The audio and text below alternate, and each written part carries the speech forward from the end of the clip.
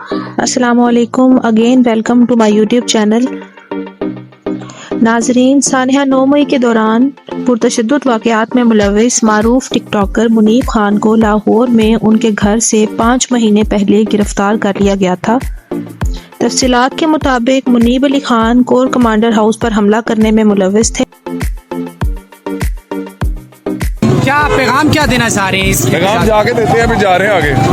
آگے کہاں جانے کا ارادہ ہے؟ جی ایچ کیو جانا ہے۔ جی ایچ کیو ڈائریکٹ حد تک جا سکتے ہیں؟ صرف ان کی عزت نہیں ہے، ہم لوگ بھی پاکستانی ہیں، صرف اس ایک ادارے کا بھی نہیں کہا، ایک بندے کا نام لیا تھا نا، تو صرف وہ ایک بندہ، وہ فرشتہ ہے بندہ، غلطی ہر انسان سے ہو جاتی ہے، وہ بھی انسان ہے۔ اگر انہوں نے کچھ غلط کیا تو ایک بندے کا نام لیا ہے، ہر پاکستانی کی کسی کی کوئی عزت نہیں ہے، صرف اس ایک بندے کی عزت ہے۔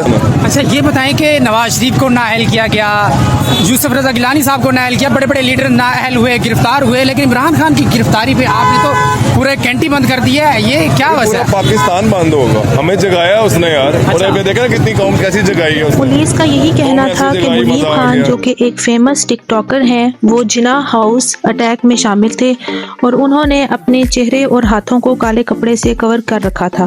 یہاں آپ کو یہ بھی یاد کرواتے چلیں کہ 9 مئی کے واقعہ کے بعد منیب خان نے اپنے سوشل میڈیا اکاؤنٹس پر ایک اپالوجی ویڈیو بھی شیئر کی تھی جس میں انہوں نے 9 مئی کے تمام واقعات کی مذمت کی تھی۔ السلام علیکم، میرا یہ ویڈیو بنانے کا مقصد 9 مئی کا وہ واقعہ جو پاکستان میں پیش آیا، جس سے ہمارے ملک کو بہت نقصان پہنچا۔ میرے لیے سب سے پہلے میرا ملک پاکستان ہے اور اس پاکستان کی حفاظت کرنے والی پاک آرمی ہے۔ میرا ایک انٹرویو وائرل ہوا جس میں کہہ رہا تھا کہ میں نے جی ایچ کیو جانا ہے، اس کا مقصد صرف پورا من احتجاج کرنا تھا، اس کے علاوہ میری کوئی انٹینشن نہیں تھی۔ میں حلفاً اس چیز کا اقرار کرتا ہوں کہ میں نے ایک پتا بھی نہیں توڑا اور کسی توڑ پھوڑ میں ایون میں وہاں گیا بھی نہیں وہاں پہ۔ لیکن اب 5 مہینے کے بعد ان کو جیل سے چند دن پہلے رہا کر دیا گیا ہے۔